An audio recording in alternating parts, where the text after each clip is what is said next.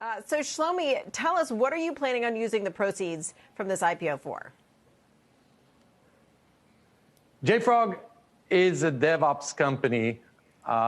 We are focusing on a mission we call liquid software. We are taking care of software updates all over the world, making sure that software updates are flowing seamlessly from the developer's fingertips all the way to the end users.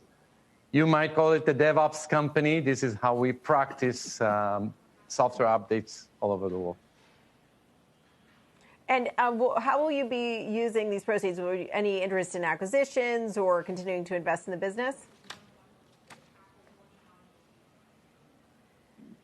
Not sure that I'm hearing. Wait, so just curious what your direct plans are with the proceeds from this. If you're interested in acquisitions or investing in the business, what comes next after this IPO? Oh, so what's come next? First of all, we have to go back to the swamp and work hard. And fortunately enough for us, we have an amazing team of over 600 frogs in 14 different countries and 10 different offices we call the swamp. JFrog is focusing on providing software developer tools from developers to developers and to support the community, which we call DevOps. Shlomi, one thing about your story that is worth paying attention to is close to a break-even operating loss, and I wonder how important, how do you prioritize profitability, and how do you see investors viewing the importance of profitability at this stage of the game? That's a great question. Thank you. I think that JFrog is a company that was born into the recession of 2008. So by definition, JFrog is a very efficient business. Actually, it's part of our DNA. We built the company not just to provide the community and developers all over the world with great software to accelerate their software processes and to accelerate software updates, but also to build a great business. So while doing so, we listen very hard to the community, making sure that we are solving their pain, providing them with solutions that they actually adopt from the bottom up. We have no field sales. We have no reps in the field.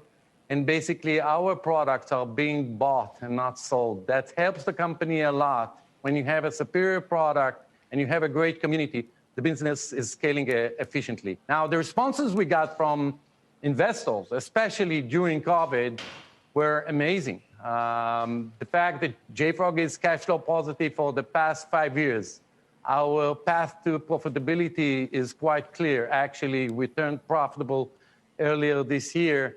I think that was a big plus. And it's also helping us, the management team, to deploy our capital into our growth. It gives us a lot of flexibility in hard times like today. Shlomi, I finally want to ask you about the DevOps space. I'm paying a lot more attention to that these days. DevOps and DevOps-connected companies like Atlassian, PagerDuty, HashiCorp, Asana, these companies that are providing developers tools to make their work more effective in this cloud era. What do you think is the key thesis or drive to make you more broadly successful? Do you have a vision even beyond the product updates? Because you say that you're the DevOps company. That's a very broad area. Yeah, it's a very good question. And what we heard during the past 2 weeks is that actually this space is getting more and more crowded. People are a bit confused of what considered to be core DevOps versus what are services that are provided to the world of DevOps. Now, let me be clear. The key elements that DevOps are here to solve are speed. How can we become faster?